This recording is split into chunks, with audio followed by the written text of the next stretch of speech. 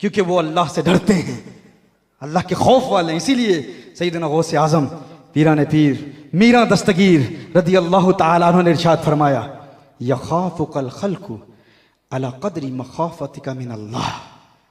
जितना तू अल्लाह से डरेगा इतना ही अल्लाह की मखलूक तुझसे डरेगी। जितना तेरे दिल में अल्लाह का खौफ होगा उतना ही अल्लाह की मखलूक तुझसे डरेगी। तुझे कोई तंग नहीं करेगा, लेकिन तू अल्लाह वाला बन के तो देख, अल्लाह का कुर्ब हासिल करके तो देख, अल्लाह जल्ला वाला के महबूब सल्लल्लाहु अलैहि वसल्लम का कुर्ब हासिल करके तो देख। अगर यहाँ की हसीनाओं के चेहरे भी देख रहा है, रात के वक्त हराम देख रहा है, बदनिगाही कर रहा है, और फिर कह रहा है कि मेरे दिल में खौफ खुदा क्यों नहीं, पहले तज़किया नफ्स के रूहानी मराहिल तय करके देख, फिर देख दिल की दुनिया ऐसी आबाद होगी, हकीकी खौफ पैदा होगा, अल्लाह का हकीकी डर पैदा होगा, हुजूर अकरम सल्लल्लाहु अलैहि वसल्लम का सच्चा प्यार दिल में पैदा होगा। तकवा वाले बनने की कोई, हम तो आमतौर पर लोग कह देते हैं ना, मैं तो मुत्तकी हूँ यार, हम तो तकवा वाले हैं, यही जुमला बहुत आम कहा जाता है। हम तो इखलास के साथ दीन की मेहनत कर रहे हैं। इमाम नववी रहमहुल्लाह इरशाद फरमाते हैं, ये दावा ही गलत है कि हम इखलास वाले हैं। कभी ये नहीं कहना चाहिए कि हम इखलास के साथ मेहनत कर रहे हैं। कहा इखलास तो अल्लाह की जानिब से एक खास नूर है जो अता किया जाता है, इसका दावा वही करता है जो मुखलिस नहीं है। कहा ये कहा करो, ए अल्लाह हमें इखलास अता फरमा दे, इखलास की दुआ किया करें, अल्लाह से मांगा करें इखलास की नेमत। और फिर ये भी कहा जाता है हम तो अल्लाह से डरने वाले हैं भाई, अल्लाह के खौफ वाले हैं, हम तो अल्लाह का डर दिल में रखते हैं।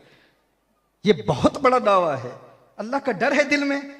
ये दावा तो बड़े बड़े औलिया ने नहीं किया कि हम कहाँ खौफ वाले हैं।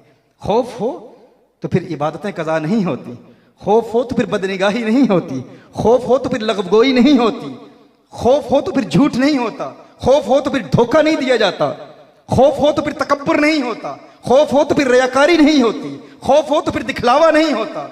एक शख्स थका हुआ हो ना, 3 दिन का मुसाफिर हो, लंबा सफर करके सोया हुआ ना हो, सख्त नींद आई हुई हो, और किसी दोस्त के घर के करीब से उसका गुजर हो और दरवाजे पर दस्तक दे और दोस्त से कहे, दोस्त सख्त थका हुआ हूँ, आराम के लिए कोई कमरा ही दे दे, और वो उसे कमरा दे और वो कहे ठीक है यहाँ इस कमरे में तू थोड़ी देर के लिए आराम कर ले, मैट्रेस वहाँ पर बिछाए, ज़मीन पर गद्दा बिछाए और कहे आराम से सो जा, लेकिन ख्याल करना तू 3 दिन का थका हुआ है, बहुत तुझे नींद आई हुई है, जो ही तू सोएगा तेरी आंख लग जाएगी, फौरन सो जाएगा, आराम से सो जा, लेकिन ज़रा ख्याल करना इस कमरे के उस कोने में ये वो जो सुराख है ना, वहाँ से कभी कभी कोई सांप निकल आता है, आराम से सो जा, सुकून से सो जा, लेकिन ज़रा ये ख्याल रखना कभी कभी वहाँ से सांप निकल आता है।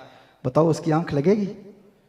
हाँ, कितनी भी नींद आई हुई हो, जब उसे इस बात का शक होगा, इम्कान होगा कि ठीक है नींद तो आई हुई है, 3 दिन से मैं बेदार हूँ, 3 रातें सोया नहीं हूँ, लेकिन ये शक कि वहाँ शायद वहाँ से सांप निकल आए, उसकी आंख लगने नहीं देगा।